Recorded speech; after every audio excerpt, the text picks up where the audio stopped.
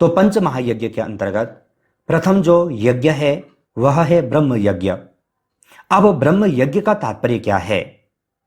तो शब्द में ही यहां पर छिपा हुआ है ब्रह्म यज्ञ अर्थात ब्रह्म को अर्पित करना या फिर ब्रह्म का यज्ञ करना, जिसे हम स्वाध्याय भी कहते हैं।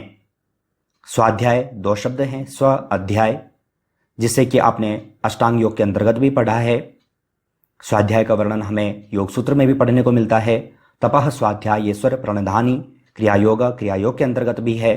तो स्वाध्याय दो शब्द हैं, स्व अध्याय, स्वयं का अध्ययन करना स्वाध्याय कहलाता है।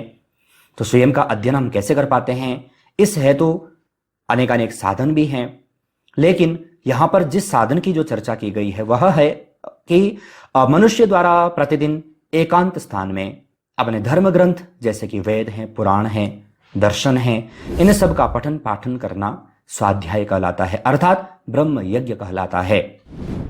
ब्रह्म के विषय में जानना, ब्रह्म को प्राप्ति करने के उपायों को उन पर चलना, उन मार्गों का अनुकरण करना, उसका अनुसरण करना ब्रह्म यज्ञ कहलाता है। तो हम प्रातः काल उठ करके वेद हैं या फिर पुराण हैं या फिर अपने षड दर्शन हैं या फिर आस्तिक नास्तिक की बात करें 9 दर्शन हैं, दर्शनों का पूरा कोर्स आपको एप्लीकेशन पर भी दिया है।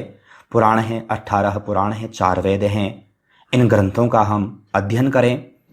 श्रीमद् भगवद गीता आदि ग्रंथ हैं, इन सब का हम अध्ययन करें, अध्ययन कराएं।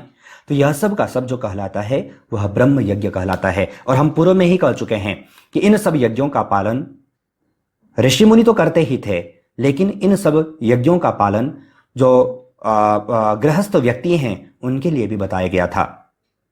तो ये यहां पर हमें ब्रह्म यज्ञ को यहां पर जानना है।